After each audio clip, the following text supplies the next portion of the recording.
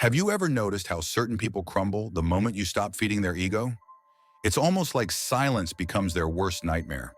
They need validation to breathe, attention to survive, and control to feel alive. These are not ordinary people who simply enjoy being admired. These are narcissists. And the moment you speak certain truths, the moment you reclaim your power, they begin to lose theirs. Today, we're going to talk about 7 simple phrases narcissists absolutely hate, and more importantly, why those phrases threaten their entire illusion of control. Because when you understand the psychology behind their reactions, you stop being their puppet. You start living free. Phrase 1, I remember it differently. A narcissist thrives on rewriting reality. They twist events, deny things they said, or project their behavior back onto you.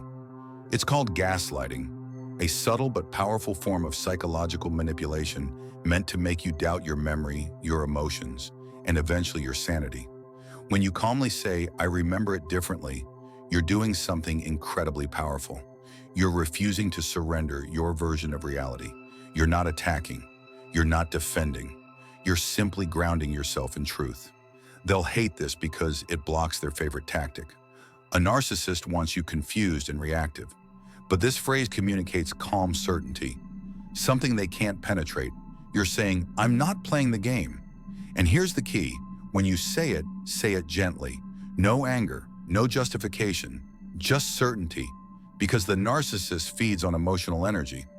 When you stop reacting, when you respond with emotional calmness, their manipulation loses oxygen. The more you practice this, the more you'll start to notice. They become unsettled, even agitated, because the old tactics no longer work. You've taken away their ability to control the narrative. Phrase 2, that doesn't work for me. Narcissists operate like master salespeople, constantly negotiating for control. They'll test your boundaries with small requests first, then escalate over time. You'll notice it in phrases like, come on, it's not a big deal, or you're overreacting. That's why this simple boundary, that doesn't work for me, hits them like a wall. It's polite, it's assertive, and it gives them nothing to argue with. You're not explaining. You're not defending. You're simply stating a limit. They hate this because boundaries expose their dependence on your compliance. A narcissist's sense of power comes from making you bend, from seeing how far they can stretch you. When you refuse to move, calmly and consistently, you remind them that your life is not under their control. Remember, they will test you. They'll push. They'll mock. They might accuse you of being selfish or cold. That's manipulation, designed to make you doubt your right to protect yourself. But boundaries aren't selfish. Boundaries are self-respect in action. Each time you calmly say, that doesn't work for me, you're telling your nervous system, I matter. And the more you believe that, the less power they have. Phrase 3, I don't owe you an explanation for how I feel. This one cuts deep. Narcissists crave emotional control. They want to know what you're feeling, why you're feeling it, and how they can use it. Your emotions are fuel, and when you withhold that fuel, they start to panic. When you say, I don't owe you an explanation for how I feel, you're reclaiming ownership of your emotional world. You're saying, my emotions are not a courtroom for you to cross-examine. This statement shifts the power dynamic instantly. They'll accuse you of being defensive or closed off. But what you're really doing is closing the door on manipulation. Because narcissists don't seek understanding. They seek leverage. They gather emotional data to twist it later. You are not responsible for explaining every tear, every silence, every boundary. Healthy relationships allow emotional space. Toxic relationships weaponize it. The moment you stop oversharing with someone who uses your emotions against you, you begin to heal. You'll notice that this phrase might bring sudden silence because they realize they can't extract what they want anymore. Let that silence be power. Let it remind you that your peace is not up for debate. Phrase 4, I choose not to engage with this conversation. You'll know you need this one when arguments start looping, when logic doesn't work, and every road leads back to you being blamed. Narcissists are skilled at circular arguments.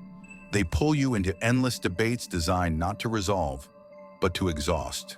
This phrase, I choose not to engage with this conversation, is your exit strategy. It's not passive aggression, it's emotional self-defense. You're signaling that your peace matters more than winning. They'll hate this because it removes their favorite weapon, emotional chaos. They want you reactive, defending, explaining. Every minute you stay in that argument, they're feeding off your frustration. When you calmly step back, they lose the stage. Expect resistance. They may mock your calmness or accuse you of running away. Ignore the bait. Disengagement is not weakness, it's wisdom. You're not avoiding communication, you're avoiding abuse. Every time you walk away from chaos instead of feeding it, you retrain your nervous system to choose peace over drama. And that's when healing begins. Not when they change, but when you stop needing them to. Phrase 5, I'm not going to let you define my worth. One of the narcissist's greatest manipulations is convincing you that your value depends on their approval. They'll praise you one moment and tear you down the next, keeping you trapped in a cycle of seeking their validation. When you say, I'm not going to let you define my worth, you shatter that cycle. You're affirming that your value is internal, not conditional. They'll despise this because it cuts straight into the core of their power, the illusion that they are the judge of your identity. The truth is, narcissists project their emptiness onto others. They control through criticism because if you ever truly believed in your worth, they'd lose the ability to manipulate you. So when you remind yourself, my worth isn't negotiable, you take back control of your emotional currency. You stop trading your peace for their approval. You might feel the urge to prove yourself, to defend your goodness, but you don't have to. Your worth doesn't need validation, it needs recognition from you. And that quiet confidence, that unshakable self-assurance, is the one thing they can't destroy. Phrase 6, I'm walking away from anything that undermines my peace. This phrase is often the turning point, the moment when you finally choose yourself, because by now the narcissist has shown you who they are. The manipulation, the gaslighting, the cycles of charm and cruelty, it all takes a toll on your emotional health. Saying, I'm walking away from anything that undermines my peace, isn't just words, it's action. It's the moment you prioritize healing over chaos. It's a declaration that your peace matters more than their approval. Narcissists hate this because it represents their ultimate loss, control. When you stop reacting, stop chasing, stop explaining, you become unpredictable to them. Their power depends on your attention. Once you withdraw it, they're left alone with their emptiness. Walking away isn't always physical. Sometimes it's emotional detachment. You stop taking the bait. You stop personalizing their projections. You learn to observe, not absorb. And yes, it hurts at first. Detachment feels like grief because you're letting go of who you hoped they would be. But peace is born the moment you stop negotiating with dysfunction. Walking away is not weakness. It's wisdom learned through pain. Phrase 7, I will only have relationships that are respectful and reciprocal. This is your final filter, the boundary that protects every part of your emotional world. Narcissists thrive in unbalanced dynamics, relationships where they give little but take endlessly. When you say, I will only have relationships that are respectful and reciprocal, you're raising your standards. You're telling the world, I am no longer available for one-sided love. They'll hate this because it removes the imbalance they depend on. It demands accountability, empathy, and effort, things narcissists avoid. But this phrase also attracts the right people. It signals to emotionally mature individuals that you know your worth and you expect integrity. Healthy love feels like partnership, not performance.